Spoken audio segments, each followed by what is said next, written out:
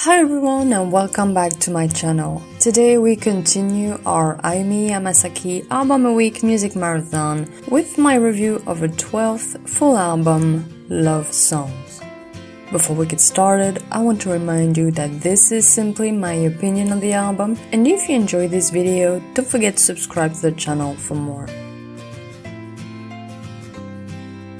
Love Songs is the second album from Ayumi that came out in 2010, only 8 months after Rock'n'Roll Circus, and once again, I was not into this album much after the boredom that was the previous one. And honestly, having another album so close didn't sound good either, but let's talk about why this album is actually better in every way than its predecessor.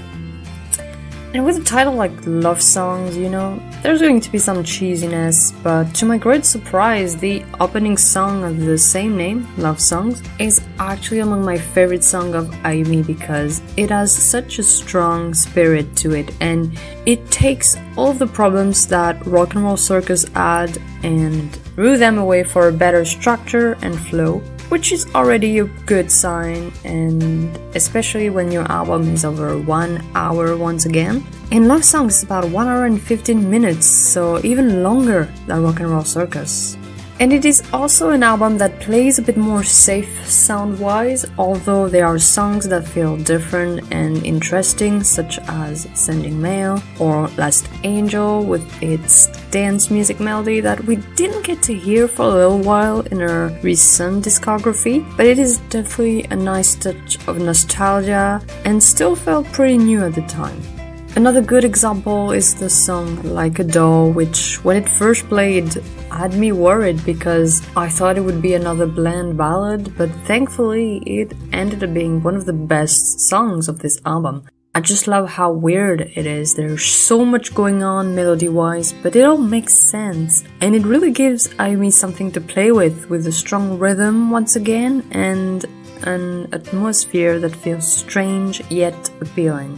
This album also really dials down the rock music for a more pop, sometimes electro approach, and it works so much better this time around. And although the moment the second half of the album happens, I was feeling kind of a bit tired, and the ballads do happen more frequently in this part, but I do like how it flows really well once again.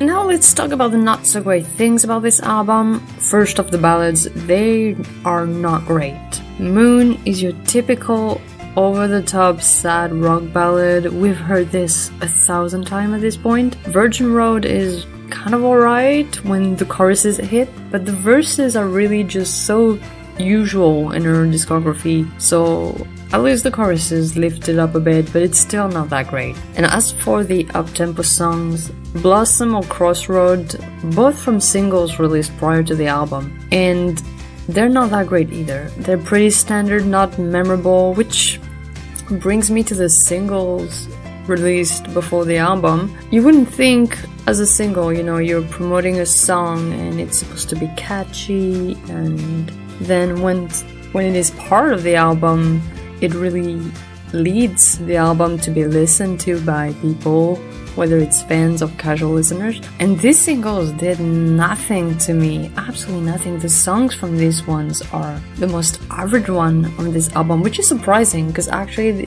it's the exclusive album songs that are the most interesting part for this album. And I think that's why I personally prefer Love Songs to Rock'n'Roll Circus, because just actually for the simple reason that this album manages to feel more coherent in what it wanted to be sound-wise, and it's also a nice throwback to what her music has been, and while still taking some steps to make this nostalgia not the only thing worth anything on this album. And even with a couple of filler songs, it still managed to be good, and that's why I gave it 3 stars. Thank you for watching. Don't forget to tell me what you think of the album down below, and I'll see you next week for my review of 5.